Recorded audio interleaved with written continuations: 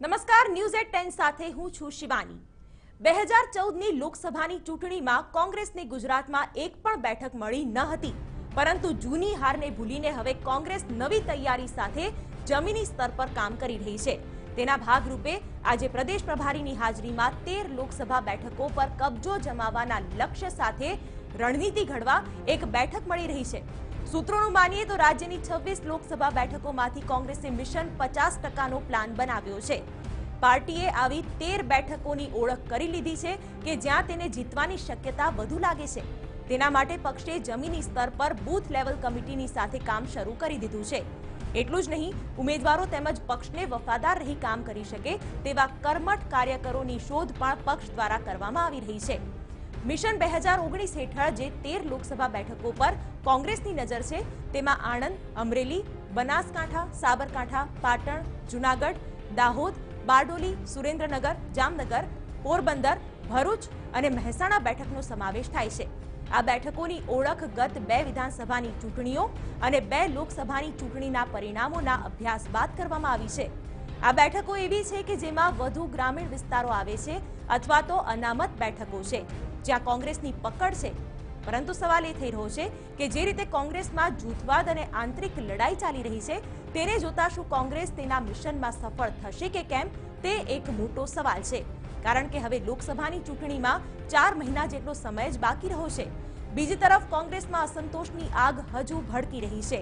त्यारे आजे प्रदेश प्रभारी राजीव सातव लोकसभानी बैठको अंगे रणनीति घड़वा गुजरातनी मुलाकाते आववाना छे। पक्षमां चाली रहेला आंतरिक खटराग अंगे पण बैठकमां चर्चा थाय तेवी पूरी शक्यता। संवाददाता दीपेन पढ़ियार जोड़ाई गया छे। दीपेन, हवे टार्गेट छे 2019, परंतु कांग्रेसमां नेताओ वच्चेना जे आंतरिक डखा छे तेमां शुं लागी रह्युं छे? कांग्रेस मिशन 50% मां सफल थशे के केम?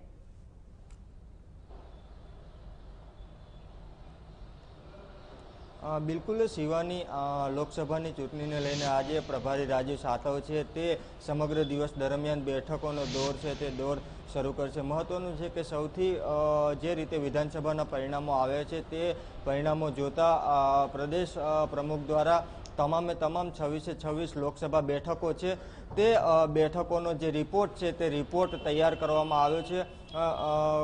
પ્રદેશ પ્રમુખના રિપોર્ટ મુજબ 8થી 9 જેટલી બેઠકો છે તે બેઠકો જીતી શકાય એવી છે। ત્યારે કોંગ્રેસનો ટાર્ગેટ છે કે 26માંથી 13 લોકસભા બેઠકો છે તે બેઠકો ઉપર કોંગ્રેસ છે તે જીતી શકે છે।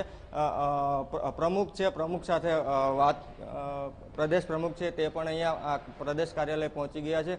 થોડી જ વારની અંદર બેઠકો શરૂ થશે, રાજીવ સાતવ આવશે।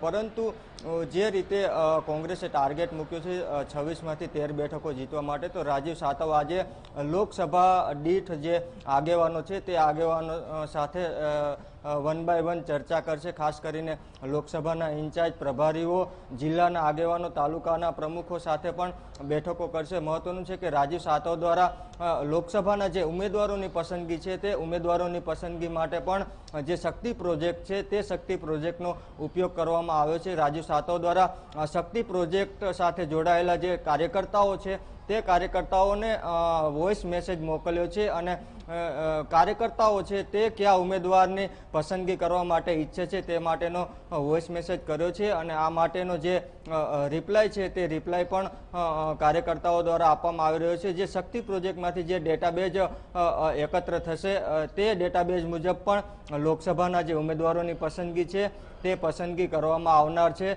એટલે કે તમામ પ્રકારની જે તૈયારીઓ છે તે તૈયારીઓ હવે કોંગ્રેસ દ્વારા કરવામાં આવી રહી છે। ખાસ કરીને ઉમેદવારોની પસંદગીમાં ક્યાંય ચૂક ના રહી જાય તે માટેની તમામ તૈયારીઓ છે તે પ્રભારીઓ કરી રહ્યા છે। સાથે સાથે જે લોકસભા દીઠ જે વિસ્તૃત જે રિપોર્ટ છે તે રિપોર્ટ ઉપર પણ આજે ચર્ચા થશે અને 13 બેઠકો જીતવાના લક્ષ્ય સાથે કોંગ્રેસ છે તે મેદાને ઉતરશે। તો બીજી તરફ કોંગ્રેસના જે નારાજ નેતાઓ છે, સિનિયર નેતાઓ છે, જે પક્ષથી નારાજ છે, પક્ષમાં તેમની અવગણના થતી હોવાનો સિનિયર નેતાઓનો આક્ષેપ છે, ત્યારે તેમને કેવી રીતે સાથે રાખીને ચાલવા, તેમને શું જવાબદારીઓ આપી તે બાબતે પણ ચર્ચા થઈ શકે છે। આજે પ્રભારી સાથે જે નારાજ સિનિયર નેતાઓ છે તે પણ બેઠક કરી શકે તેવી શક્યતાઓ છે। મહત્વનું છે કે સિનિયર નેતાઓ દ્વારા જે રીતે ગુપ્ત બેઠક યોજવામાં આવી હતી તેને લઈને જે પક્ષના કાર્યકર્તાઓ છે તે નિરાશ થયા છે, કારણ કે આ પ્રકારની બેઠકથી પક્ષના કાર્યકરોનું જે મનોબળ છે તે તૂટી જતું હોય છે. ત્યારે પક્ષના કેટલાક કાર્યકર્તાઓ અને ધારાસભ્યોએ પણ સિનિયર નેતાઓ સામે પોતાનો બળાપો છે તે બળાપો કાઢ્યો છે. આમ જૂથવાદ છે તે જૂથવાદને કેવી રીતે ડામવો તે પણ એક સૌથી મોટો પડકાર રાજીવ સાતવ સામે રહેલો છે. ત્યારે આજે જોવાનું એ રહેશે કે રાજીવ સાતવ જે પક્ષની અંદર જે આંતરિક જૂથવાદ અને જે વિખવાદ છે તેને કેવી રીતે ડેમેજ કંટ્રોલ કરી શકે છે અને તમામ નેતાઓ સિનિયર નેતૃત્વ અને યુવા નેતૃત્વને કેવી રીતે સાથે રાખી અને લોકસભામાં સારું પરિણામ મેળવી શકે તે માટેના પ્રયાસો આજે રાજીવ સાતવ દ્વારા પણ કરવામાં આવનાર છે.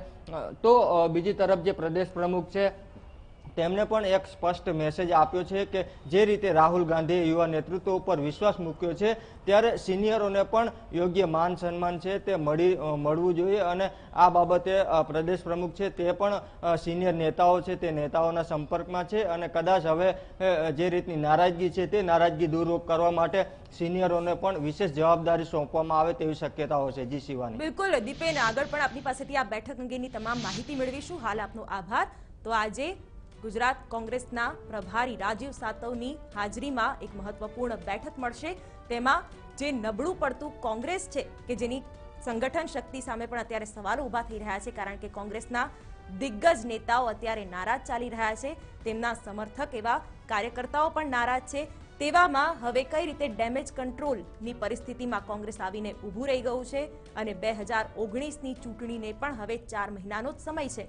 તેવામાં મિશન 13 બેઠક કેવી રીતે પાર પાડશે કોંગ્રેસ તે પણ મોટો પડકાર.